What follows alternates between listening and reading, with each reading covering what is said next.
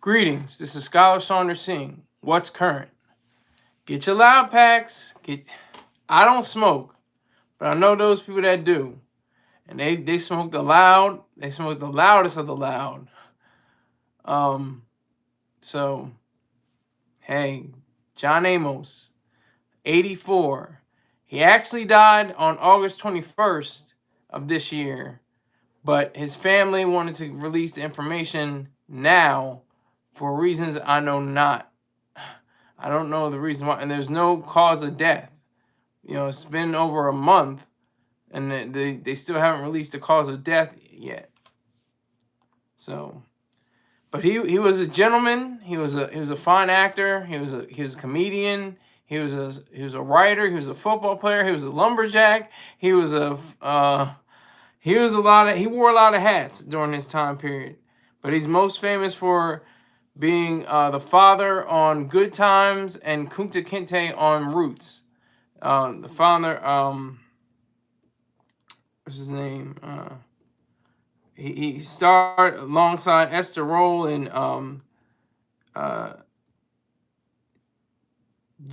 Jimmy as James Evans. That's the name on Good Times.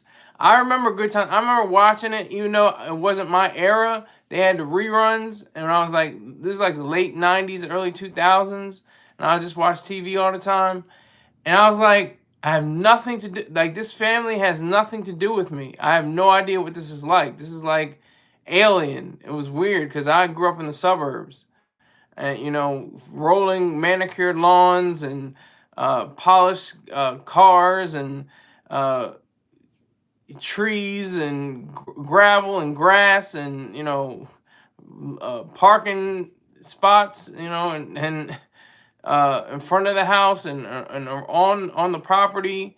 It just was like it was like watching black people, people of my race, but I don't subscribe to being black anymore. But just to see them, interact and be able to show what it's like, their lives on screen, to an extent, because Mr. Amos, the late great Mr. Amos, had contention with the top guy, also the late Norman Lear, who talked about how he would be having his character removed from the show.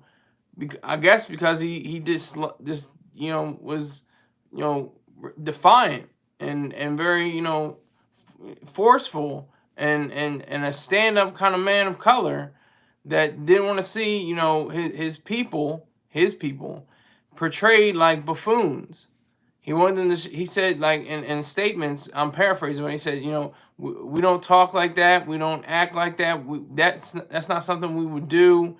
He had all these different notions about the show, and they killed him off, just because he had contention, just because he had integrity, and said he wouldn't do it. He said there were multiple times where he was offered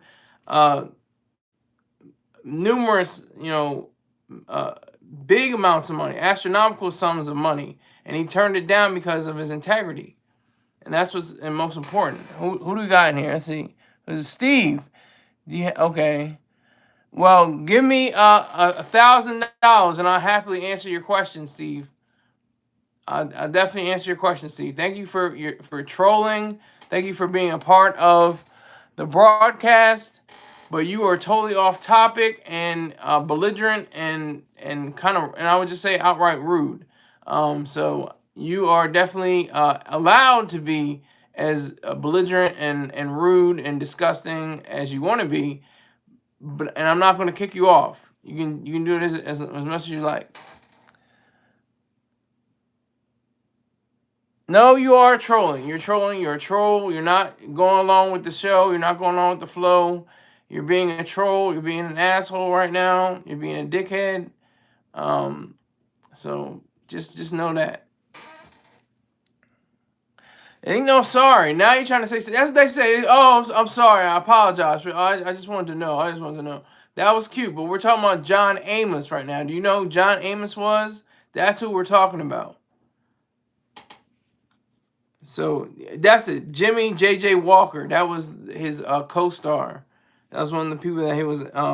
He was 8 years older than than Jimmy J.J. Walker, and 11 years younger than Esther Roll, who played Florida Evans.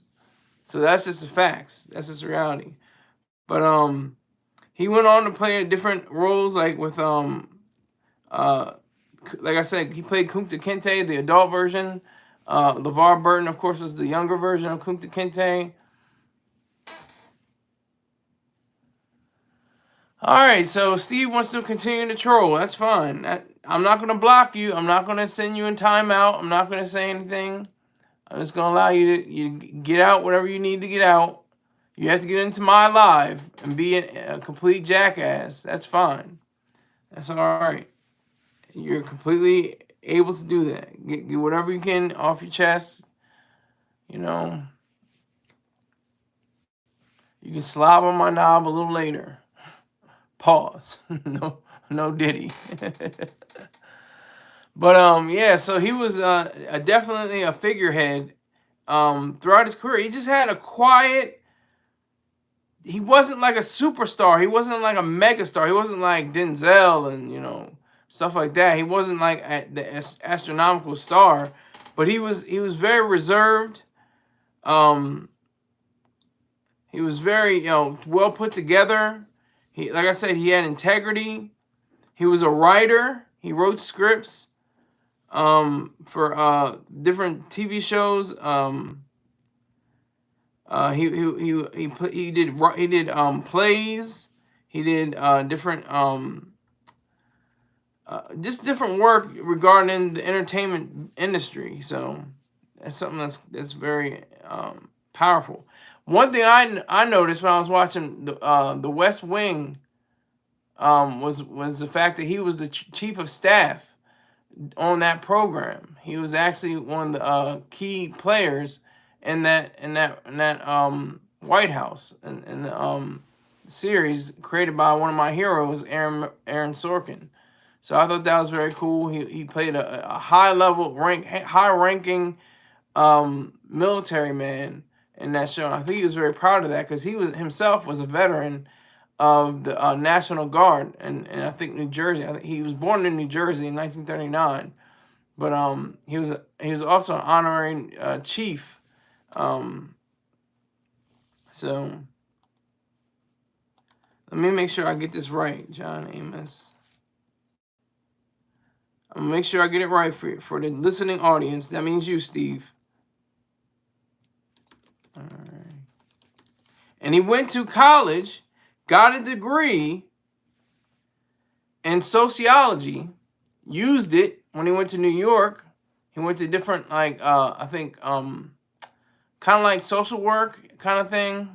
Kind of did work with different families and things of that nature. So he was an educated man. He was a veteran. He was an honorary Master Chief of the United States Coast Guard. He was married 3 times. It says on Wikipedia, which you can't always go by. It says he was married twice, but it looks like he was married 3 times.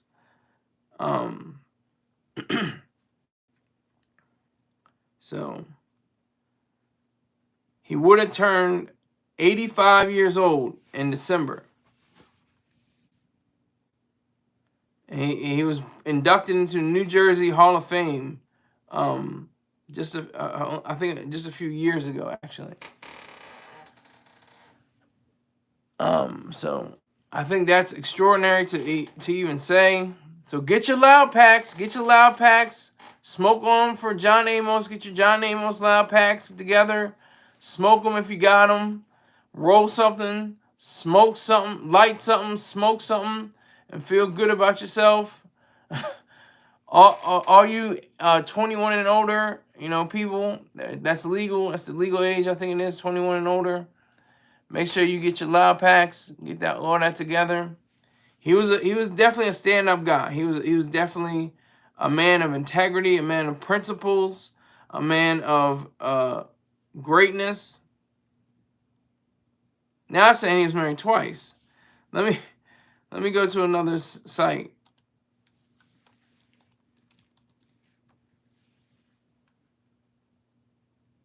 So he was married twice. It does say that he was married twice. Okay. But it said that he was also married to another woman, so I don't know. Noel J. Mickelson and Lillian Lehman in the late 1970s. Mickelson died in 2016.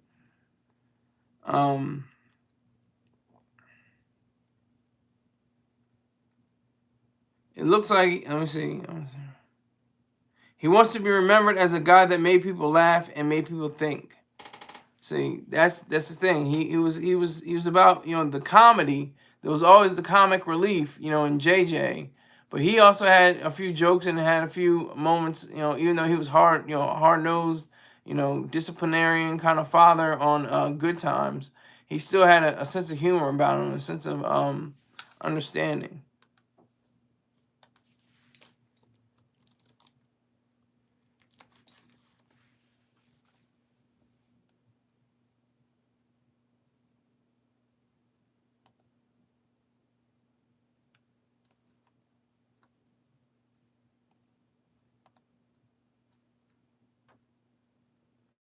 Okay, so I'm just checking the NFL scores right now, seeing what is going on with that. All right, so yeah, so I have the utmost respect for Mr. Amos. Salute to him. I'm not, mystical. I don't say he's in heaven now, and he's in the bosom of Abraham and at Jesus's feet, and welcome into the golden gates and St. Peter's calling his name and stuff like that. I'm not into that. Now, I was for 16 years. I was, but not anymore. I'm not into that. But I know a lot of people are, so I respect the people, but I don't respect the idea that they have. So that's the distinction. He lived a full life. 84 is a good run. 84 is a good run. And he not just like a good run. He had a good life. He had interests. He loved He loved cars. He loved cars. He loved motorcycles.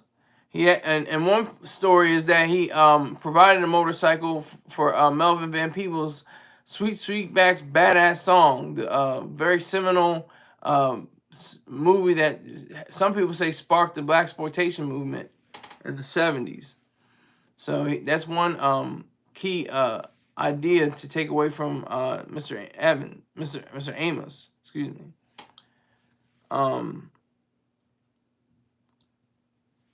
It says the actor died on August 21st in Los Angeles of natural causes. Okay, so that's they didn't. Some reports said they didn't release anything, but they now are saying of natural causes, according to publicist Belinda Foster. Quote, "It is with heartfelt sadness that I share with you that my father has transitioned," Amos's son, Kelly Christopher K.C. Amos, said in a statement. "He was a man with the kindest heart and a heart of gold, and he was loved the world over. Many fans consider him their TV father. He lived a good life. His legacy will live on in his outstanding works in television and film as an actor." Amos received an Emmy nomination for his role as the older Kunta Kinte on the landmark miniseries Roots. So that's some things, he can look at. Oh, it's a party in here. The only person was talking was Steve. Now it's 13 people, so it's a party. It's definitely a party. I think it's because of the title. That's just me. That's just me putting it in the title. And then somebody comes in and says, what is this shit? What is this? Who is this nigga? Black hat, black shirt, gold tie. Who is this nigga? Who the hell does he think he is? Who is this? Corner for a healthy diet. Good to see that you are still around. Thank you very much, Corner. I appreciate that. As long as you keep telling other people about me, then you can do it. And if you send in money, that's even better. So you tell people about me, you send in money, that's all good. That's why I hope for it. If you can't send in the cash, get somebody's ass. Pause. No diddy. Grab somebody. Pause. No diddy. Get someone else. Get someone else and say, hey, this is goofy nigga with a perspective. He's got some ideas. He's goofy, but he's got some ideas about him. That will help a lot. That will definitely aid in my journey. So it was up to 13. We were having a big party. So it's back down to, what is that? That's 5. All right, so it dropped down by 8, but it went up to 13, which is going to be like 100 and something. So that's always good. So I just think it's amazing how we have to look at this man and consider how his integrity. That's the thing that just keeps coming back to my mind. He played for Colorado State University and briefly for the Kansas City Chiefs, but got cut from 13 football teams. So he had to say, look, I got to do something different. I'm going to get some ass in here, no diddy. I wish I could do the money, but bad economy. Hey, that's all right. Just tell 2 or 3 friends, tell 400 friends, whatever friends you have, just tell them about me. Say, look, this nigga, he's goofy. He's off the hinges. He's wild. He's on drugs. So just let them know, they're in for a ride every time they come into this space. All right, so Corner says, what will help you out? Show some videos on your TV, aim the camera there and talk about it. That will bring some more viewers in. Yeah, and I'll get a copyright strike if I do that. We had a party right now. It's a fundraiser Tuesday. Fundraiser Tuesday. Cash App is $SKYLERSAUNDERS1. Venmo is at SKYLERIZED at Scholarized. And let me see.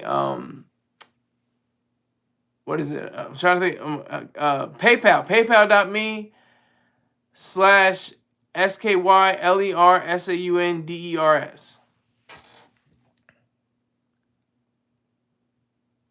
Yeah, I definitely can't do the TV thing. Definitely can't do that. That's a no-no. That'll get me in hot water. That'll be in trouble with the copyrights.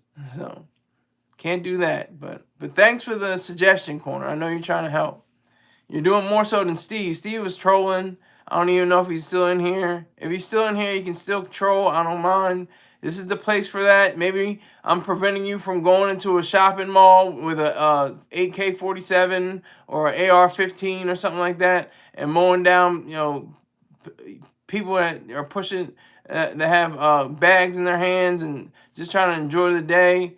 If what you come to me with your bullshit, that's a good indication that I'm doing something right, because you definitely feel something stirring in your body that you need to get off your chest, and you need to say, just type in or tap in whatever fashion you choose. That's what it is. All right, so John Amos, 84, out of here. Smoking that loud pack. Smoking that loud pack. That's what it's all about. You say, okay, yeah, that's what it is. But smoking a loud pack, that's what I want you to do. I want you guys to get on that pack, get high, smoke to his memory, a good memory. He's an all-around man. His demeanor reminds me of my father, even when he wasn't like, my dad's not ghetto and street and everything like that. But the integrity that he has, the integrity. The backbone, the spine, the balls. That's the difference. That's what's so, and that was so engrossing and special about Mr. Amos, that he had that intact, that he had that whole mindset to be great, to be good, to be great and good. And good doesn't mean that you're a humanitarian or a philanthropist or something like that. Good means that you have virtues, that you have ethics, that you have values. That's what good means. And great means that you excelled in your craft. And he was one of the best actors in his generation. He had all kinds of nominations and different awards and accolades and inductees, induction services, for his work. So he can definitely be proud of that. Well, he could have been proud of that. His family can be, his sons and daughter can be proud of that. The fact that he chose to be a man. He chose to stand up. He chose to be, he didn't sit right with him with good times. He was like, this isn't right. This is inauthentic. Black families aren't like this. Black families don't do this. Black families aren't this way. I have to put my foot down. I have to be, I have to have integrity. And then what happens? That's the cost of being having integrity. Your character gets cut off of a show. You're going to get picked up somewhere else. You're going to do other work. You're going to do something else. But if your character is killed off on a show, that should be a badge of honor, because you did something right. You stood up for what you thought was right. And that's what he did. He stood up for what he thought was right. He said that. Even Marlon Wayans, I was just watching a clip from him. He was saying how his character should be doing something else, and he was saying, John Witherspoon, the late great John Witherspoon. They wanted John Witherspoon on their show, the Wayans brothers. And they were saying that no, they can't have him. We can't have John Witherspoon. This is NBC talking. NBC is saying you can do the show or without John Witherspoon, or you can't do the show with him. And they said we're going to do the show with him. And they went to WB, which is with brothers or with blacks. Warner Brothers. I think it was really Warner Brothers. The TV show that now defunct. It's been transformed into something else, I think. Wherever you are, I think it's called. And but there's no more WB or UPN. They got phased out a long time ago. But we're having a party in here. Today is Fundraiser Tuesday. Fundraiser Tuesday. Get your funds up. Cash App, PayPal, Venmo. If you don't know what my Cash App, Venmo, or PayPal are, just type it in, and I'll type it back, and let you know. Let me see here.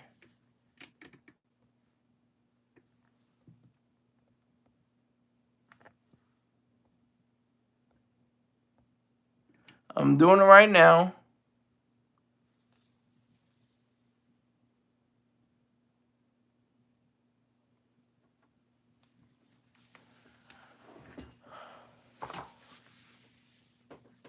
Looking for it right now. Hold on.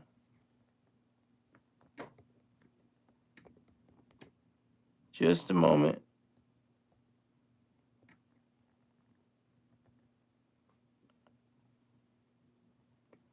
I'm still looking for it. Hold on.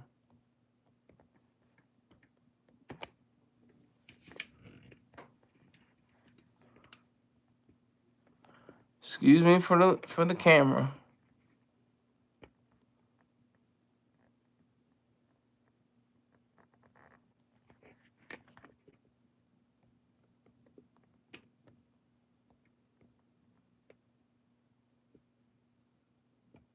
Okay.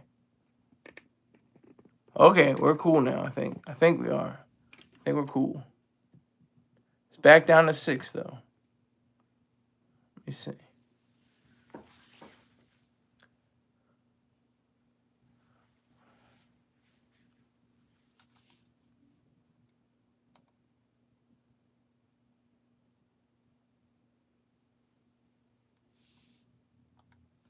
So, John Amos, get your loud packs rolling right now. Get your loud packs out at this moment so we can talk, so we can see.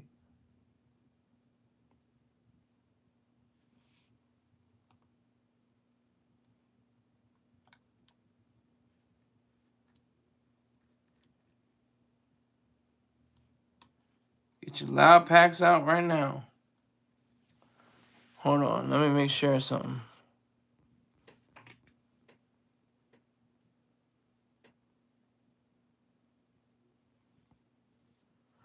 All right, hold on. I'm going to let this breathe. Hold on. I'll be right back. Hold on.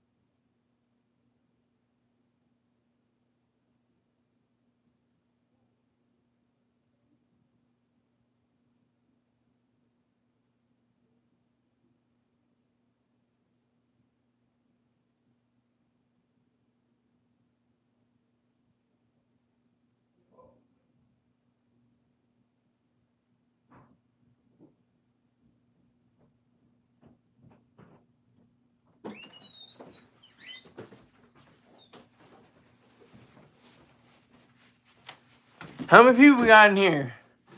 It's 5 people. Got my Cash App. Can you see it? Can you see the Cash App? Can you see that? All right. We're going to make sure we get this done. Make sure we get this done. John Amos. John Amos. John Amos, God damn it. John Amos. One of the foundational Black American men. Just a all-around great man. A stand-up guy. A good man. He didn't like seeing some people, it goes back to when he was a child. They said that, he said his teacher, his musical teacher, something like that, they're having a musical and a school sing-along, and there were hundreds of kids all around him, and his teacher wanted to sing him "Oh Black Joe" or something like that, and he refused, and he started crying, and he was crying in front of hundreds of other kids, mostly probably white kids, and he just bawled and just teared up, and it was just a problem. It was just an issue. So that's the kind of guy he was. He wouldn't sell out. He never sold out. Never sold out. I mean, sold his soul. I mean, I sold out, like Mr. Troy Star Terrain says, I sold out a long time ago. But he never sold his soul. Like Mr. Troy Terrain never sold his soul. If he had sold his soul, he would probably still be on Hot 97 right now. Still playing records. Bumping hip-hop and R&B on Hot 97. The place in New York for hip-hop and R&B. Or something like that. It'd have been goofy. It'd have been a mess. So I'm just saying how it's a different world. So this comes after he had a retirement of sorts from Hollywood. Let me see I'm gonna look up when his last credit was.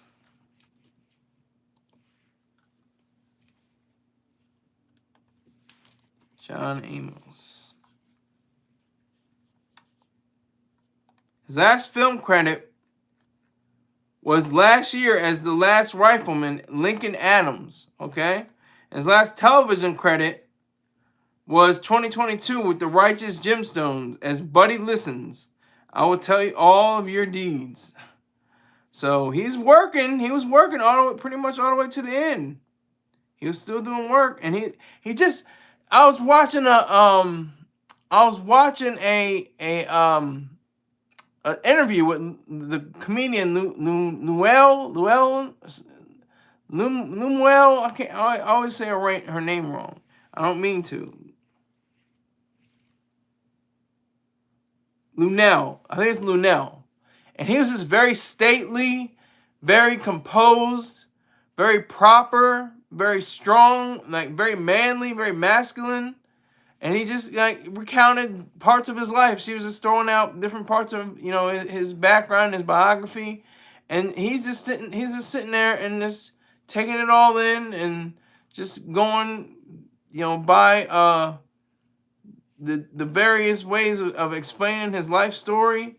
So that to me was extraordinary. I think that was great. I think that was definitely a great show of humanity and being a gentleman. He was a gentleman. I mean, he could do, like I said, he could be funny without being a clown, if you can understand that. A lot of people think they have to clown to be funny, he, like that. But he, like when he was in Coming to America, as the father of the daughter that Eddie Murphy's character wants to marry, Mick Arnold. His name is he doesn't see. He's explaining the difference between McDonald's and McArnold's.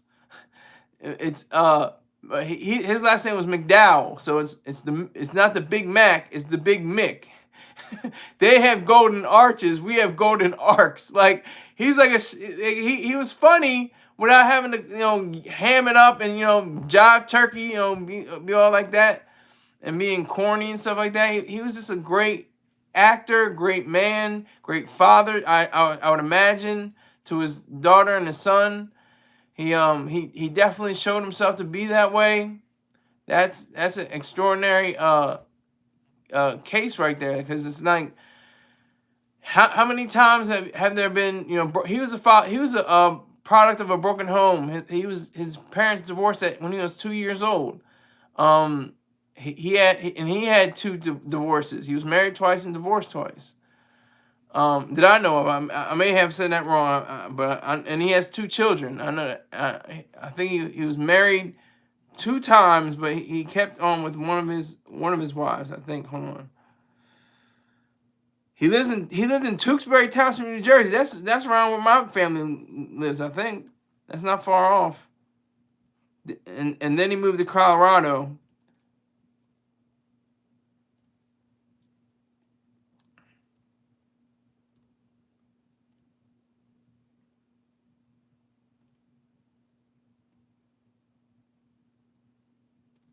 And then so he was married and divorced twice. Okay. Lillian Lehman and what's his name? Noel Mickelson. That's what I mentioned earlier. But it's extraordinary. He just lived an extraordinary, great life. A quiet. He was getting quiet money. He wasn't getting extreme. He wasn't getting $100 million deals and stuff like that.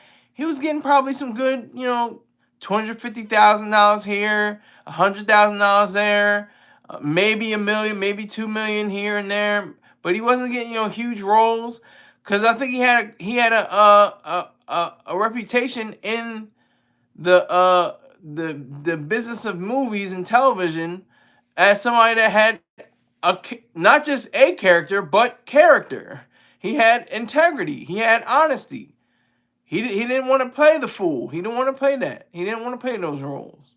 So he let them know, I don't need that.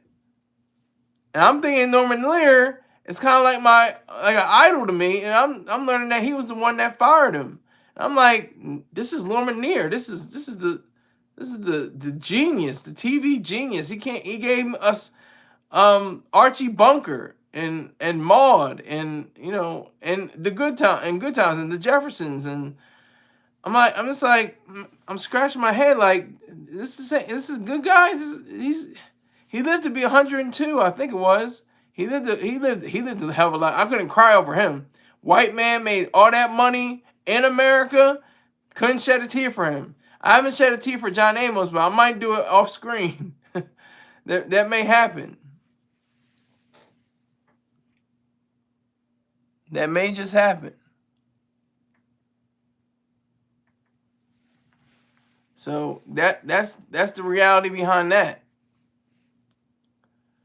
I'm totally committed to the idea that he was a straight up gangster. He was a gangster, and his terminology of saying he was cool and calm, collected, could do business. We have a different language of what gangster really means, but gangster is in hip hop vernacular somebody that is suave and knows how to maneuver in any situation, and has a different outlook on things than most people have, and is able to carry themselves well with dignity and honor. That's a gangster. That's the not the proper definition. That's the hip hop definition of gangster. But he would embody that definition. I just think he was just cool as hell. He was cool. He was a cool guy. And to know that he was dead for over a month, it's like, okay, But they obviously, for legal reasons, I would imagine, didn't want to, put it out there. It wasn't because he was of his his cause of death, which was his cause of death. It was because of the fact that they obviously just wanted their privacy. Maybe they already they already cremated him. I don't know. I'm just throwing that out there. They may have already buried him. I'm sure they probably have. It's been over a month.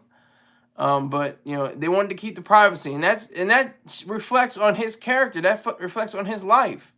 the fact that he, took on to the role of a man, and stood up for his own virtues. That is uncommon in today's society. Anybody and everybody's looking to get it, grab that, willing to push over, cartons of condensed milk in aisles and Walmart, and then film it and put it on YouTube and see if they get 1 million views. Like, that's not it. That's, if you want to do that, I mean, do it, but that's not me. I would never do anything like that. That's another level. I'll get my views by other means, by being myself, being true, being honest. So if anybody wants to see how we actually perform, and how we actually comport ourselves as men of color, I'll say that. FBA, I'm an FBA, I'm Foundational Black American. I was born in this country. I was born in the first state on an Air Force base during a presidential race. Am I missing something? First state in the capital of the first state, Dover, Delaware. So that's just my biography, mini biography. But I'm just trying to give him his shine, because John Amos was born in New Jersey, just a few hours away from where I am. A few minutes, actually, not even hours, just a few minutes away from where I am. And that's another Jersey. That's another Jersey person. Like, Jersey is quite the origin state. Like, there are so many people from New Jersey that it's hard to count how many there are. And he was one of them. He was a proud New Jerseyan.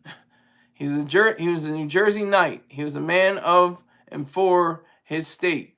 But he also claimed Colorado as his adopted state. He went there for school, Colorado State University, the Rams, Golden Green. He played, I think he played football for a little while, or he almost played football or something like that. But it's still extraordinary. Still extraordinary. What a life. What a great life. What a well-lived life. What a life that championed what it means to be a human and an American and a man. I mean, not just a black man, but just a man, period.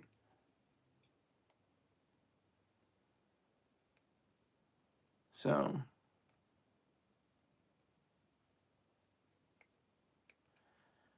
I just got reminded that Pete Rose died yesterday. I mean, this is crazy. Like, that's the cliche. They're dropping like flies. I was gonna name this. I think I was gonna do this broadcast. Pete Rose dead at. Hold on.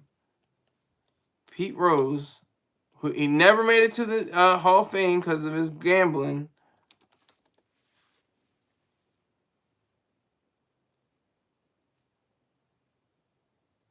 But he should have. He had 4,000 hits. That's you have 3,000 hits. You're in the Hall of Fame. You have a batting average over 300. You have a ticket signed to the Hall of Fame. But he had too much controversy surrounding him. So he was let's see. Wait a minute.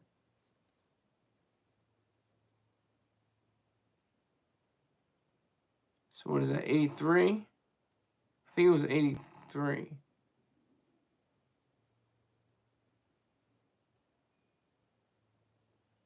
Yeah, he was 83. Pete Rose. So just a little differences in the men, but they died in similar time period. Just a few months apart.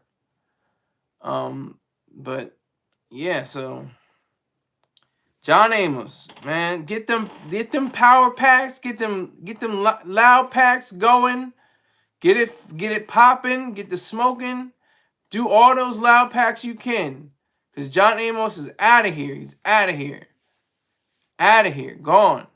Like Pete Rose, like so many others. They're just dying. That's the thing though. It's like, as sure as you're a human being, you're gonna die. You're gonna die one day. We live in a culture where we try to mask that. We should embrace the fact that we're gonna die, so that we can embrace the fact that we're gonna live. That we live.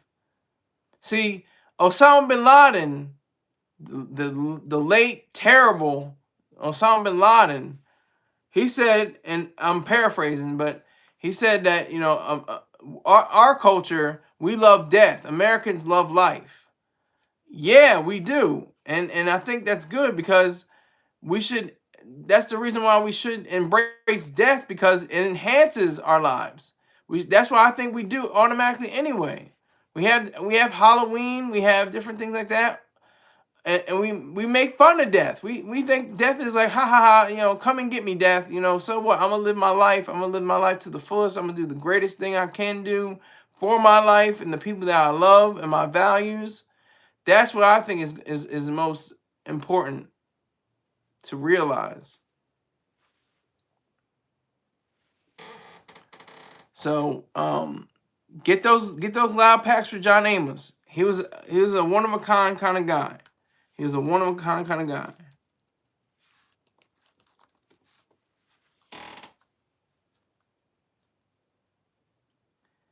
He played Admiral Percy Fitzwaller Wallace, excuse me, on The West Wing. That was like amazing. When I saw him and I saw them get up, out of their seats when he came into the room. And then when the president came to the room, he got up out of his seat because he ranked at the president ranks out over the Joint Chiefs of Staff, but the other branches of the military had to stand up for him.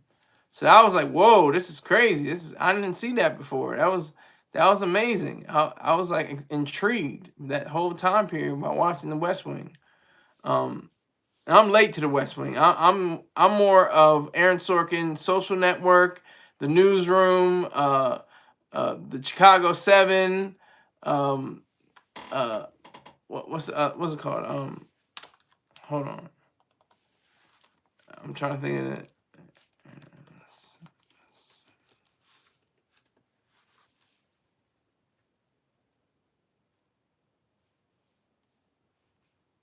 Trying to look for it now.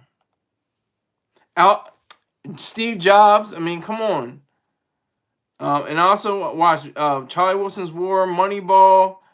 I'm talking about other people more now, but this give you this is the man who wrote the story of. I think he was the creator of John Amos's character. I think he was. I'm pretty sure he was.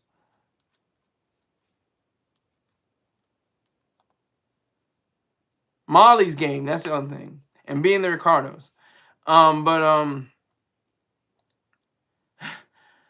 That is the truth. That is the reality of it all. That's the reality. He came in and did something extraordinary. He did something very extraordinary. He came in and did something that most people would shy away from or be kicking themselves like, damn, I took the money, but I hate myself for having to take the money and I had to act a fool. I had to act the butt of the jokes and stuff like that. It's like try to get the double. Try to get the win-win. You want to have get the money and keep your integrity. That's the best way you can be, and I think that's what John Amos always shot for. I think he was comfortable. I think he made a good living off of the roles that he got, even if they were maybe $50,000 here, $100,000 there. Like I said, maybe $1 million, something like that. But he was probably content with himself. I'm sure he died a happy man because he knew that he was a proper gentleman, because he knew he was a man of greatness, a man that was supposed to be a person that knew right from wrong and could understand that. That's the difference. And I know there's going to be people that's going to be saying, precious Lord, take my hand, lead me on, help me stand. Like, there's going to be a lot of that. There's going to be a lot of slow singing and flower bringing, that's what it's going to be like, in the next, I guess, I don't know. Like I said, I don't know if they already buried him or cremated him or something like that. It's been over a month, but they just wanted to make a release the statement now, which is not, I don't think that's too uncommon. I mean, if it was like, I don't think TMZ really had, TMZ didn't, report anything back then. They're all, doing it now.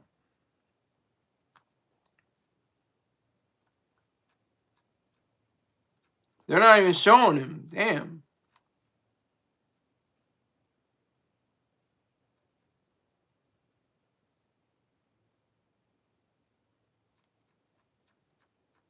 I'm not seeing him. Wow, this is crazy.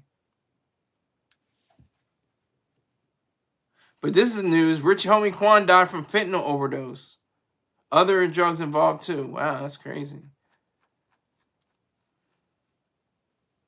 I don't see him anywhere. Where is John Amos?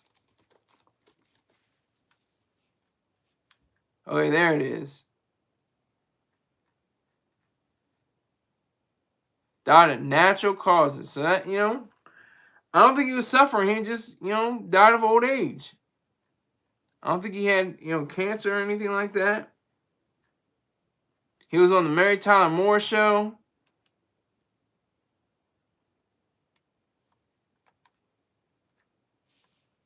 As I said before, he was on The West Wing.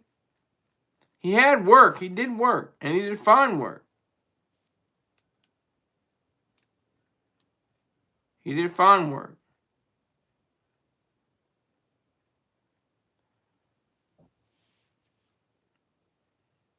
Cleo McDowell, that's his name. Cleo McDowell.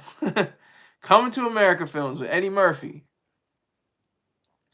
That was true. That was what's up. Is anybody giving the cash out? Do I have to take the poll down? Is anybody in the live chat? I see 7 people in the viewers and 2 likes. I appreciate it.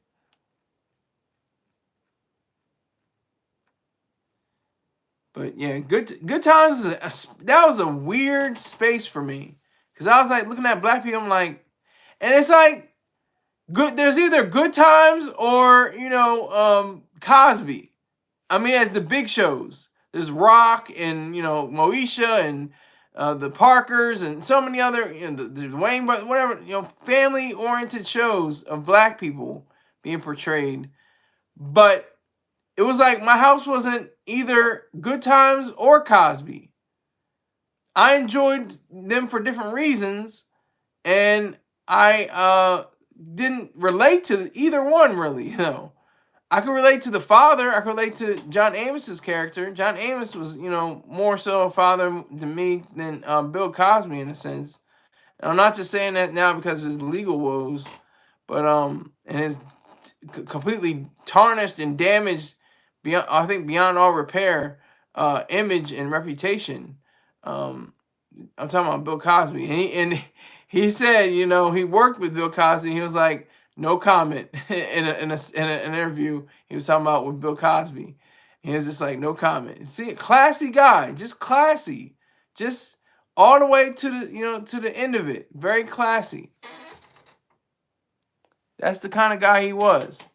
So you have to say that is essential to being a person of his caliber.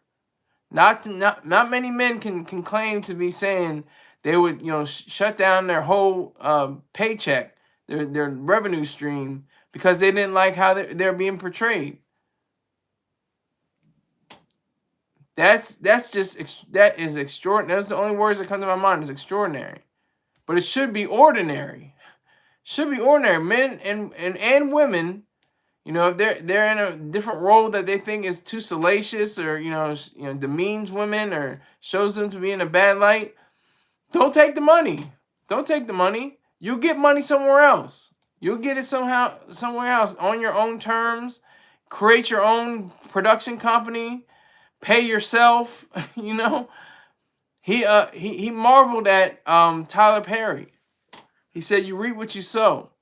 He said, if you do good, good will come to you. I'm paraphrasing, but he was talking about Tyler Perry and his production studios. It's like amazing. That place in Atlanta, it's extraordinary. I'm using the same word over and over. It is stupendous. It is greatness. It is excellence. He was there when they filmed Coming to America with the number 2. Coming to America.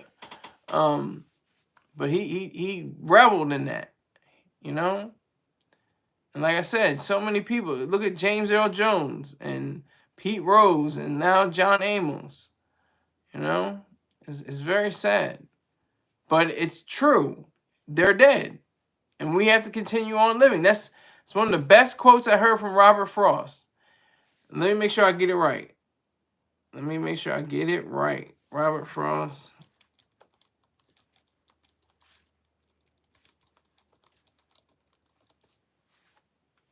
He said, in 3 words, I can sum up everything I've learned about life. It goes on. So even when he died, we're still here. We're alive. When I die, somebody else is going to be here. Somebody else is going to be alive. That's the thing about life. That's what's so beautiful about life. And that's why you have to preserve it and earn your right to life. You have to earn your life. You can't just say, "Oh, I'm alive," and give me everything I want, and or else I'm gonna throw a tantrum like I'm 3 years old. But you have to earn it, and John Amos earned it. He earned it all the way, completely, without fussing and fighting and being angry or anything like that. He was one of the gentry. He was one of the sentries. He was a matador, a quiet man though, quiet. And could raise his voice, but still, very reserved and very like I said, stately and just well kept and put together. He just had that whole aura about him,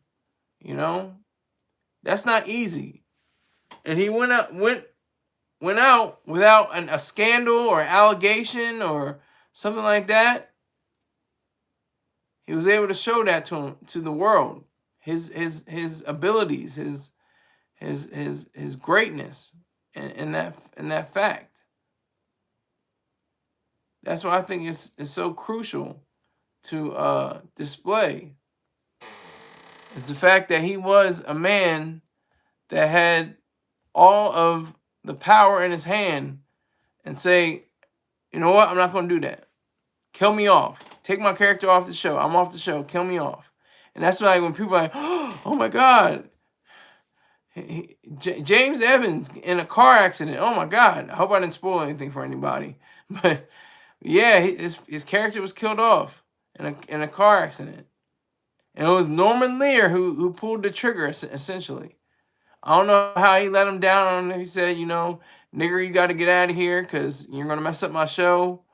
It's just going to be Esther Roll and, Jimmy J.J. Walker. We got the dynamite, we got all that. And he was like, all right, that's cute, but, I'm out of here. I'm not going to put up with it. I'm not going to be anyone's fool. Can't do this anymore. I'm not going to show people of color in this light.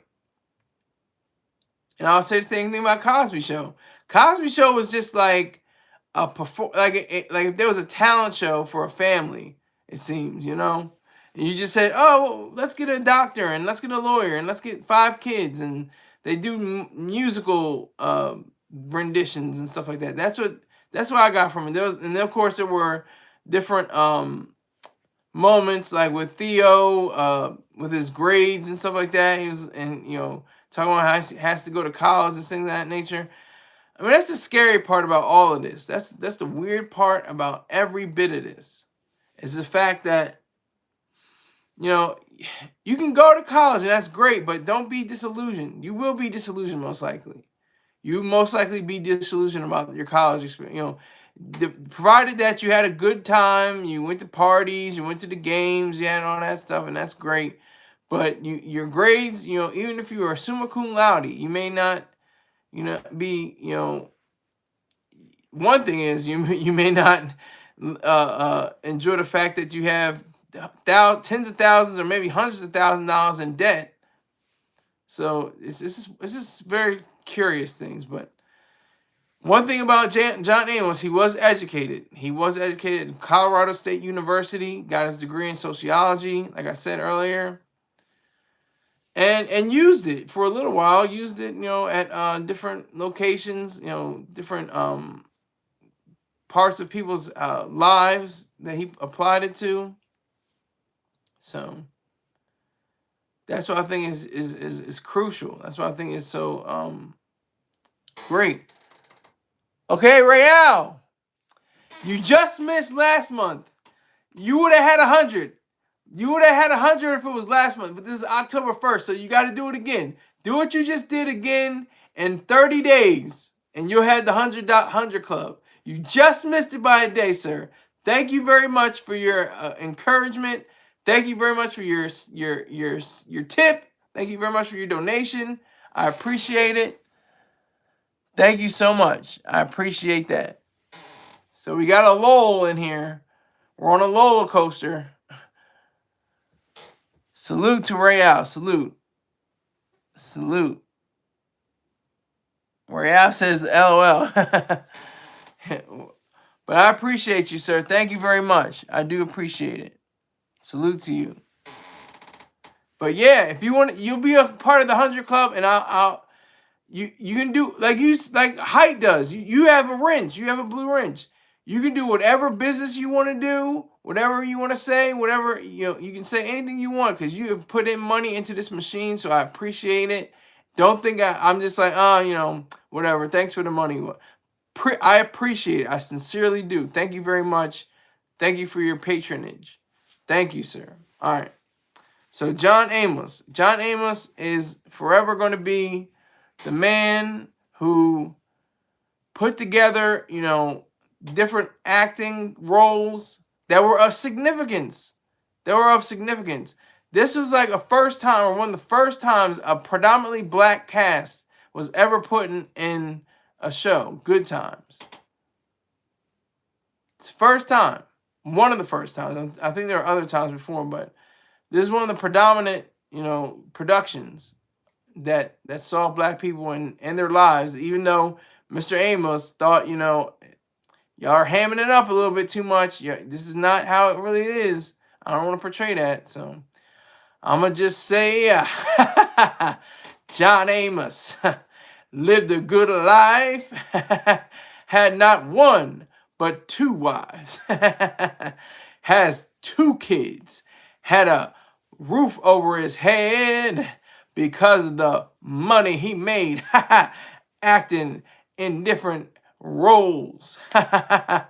He did his different things. He had his different rings. He had a different way of doing things. So if you say John Amos, put some respect on his name. Put some respect on his name. If you see him, you can't even say anything to blame because he was too good for all of that. Let me see who. Nixon, Keith, and you got retracted. I don't know why you got retracted, Keith, but I'm gonna keep going. John Amos, 84, died in 2024. Now that wasn't a complete rhyme, but that was all I had in this time.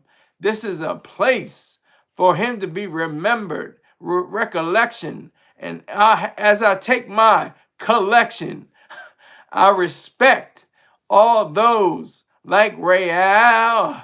He is a real man. I appreciate all those who say that John Amos inspired them, that he was hired by the great ones, that he had took on the roles that was given to him, that he said, this wasn't for me. They're not portraying the black family in the right way. So he said, I'm out of here. I'm on my way. So go on, John Amos. Go on and say, it's all right. Ain't he all right? He said, it's all right. Ain't he all right? All right.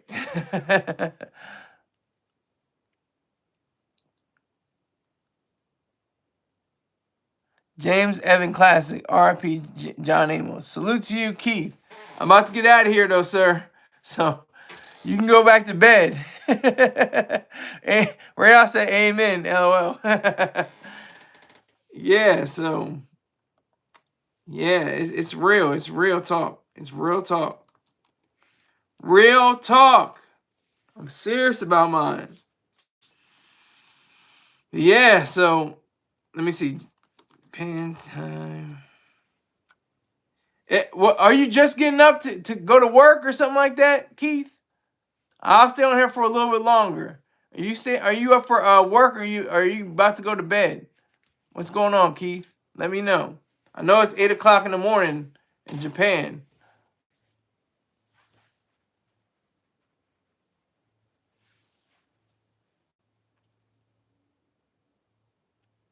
So John Amos, just that's just a role model. If you want to talk about role models, that's a role model. That's who you want to be as. If you're a man, if you're a black man, if you're a white man, I don't care. Brown, red, yellow, in between, I don't care. You want to be him.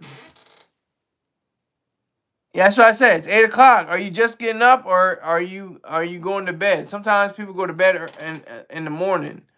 They have night shifts. I remember going to bed in the morning because I worked at Starbucks. It was 11 to 7, and I was in the bed by 8. So what's the deal? You getting ready for work? And what do you do for work, Keith, if I may ask?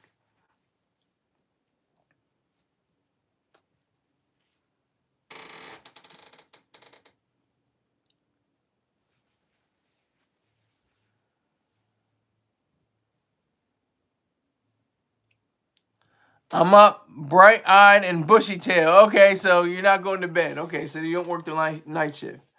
Bright-eyed and bushy-tailed. That's right. Hey, man, that's cool. That's cool. I appreciate you. See, a lot of people don't understand how real it is when I say there's people from Estonia, Denmark, UK, Japan. I have a worldwide audience, and that's from nothing. I built this for myself. I don't have an assistant. I don't have directors. I don't have producers. I don't have writers. I don't have any, production assistants. I have nothing. It's just me, the camera, and some lights. Lights, camera, and action on this goofy face. So that's what it comes down to.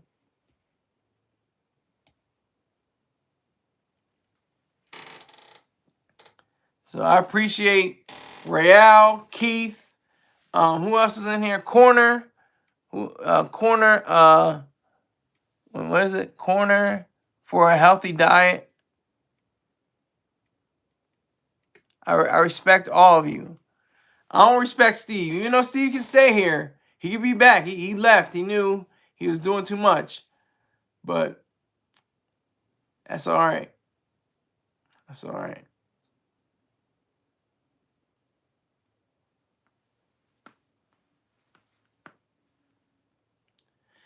So, if nobody else is going to come in with any more money, I salute Real. Thank you for the $50.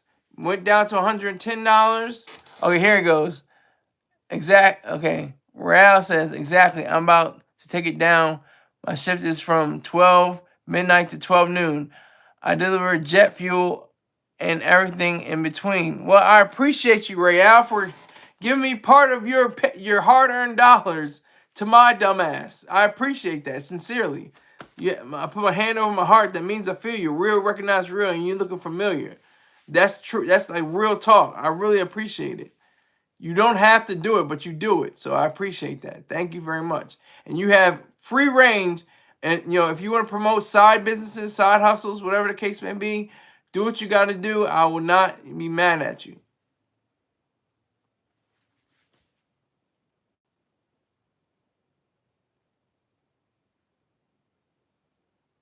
So I'm pretty sure, you have people in your life that are like that too, but no sweat. I like your content. So that's true. Salute Real. Salute Real, sincerely. I appreciate you that you like my content. That really is meaningful to me because, like I said, I have nobody else. And the only impetus was, like I said, Mr. Troy Star Terrain. He said they have to see your face, they have to hear your voice. And I was like, all right, let me try to see something doing.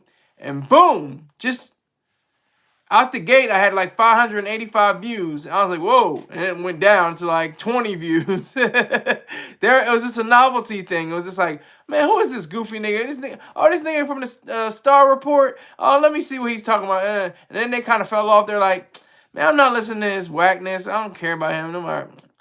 But for people like Royale and Keith and people like that and Corner, I appreciate you. I really do. I really do. But I have to get out of here. If I take any more time, it's going to be too much. I'm already 8 minutes over the limit. But I appreciate you all. And I thank you. And rock and power to John Amos. Salute. Take care.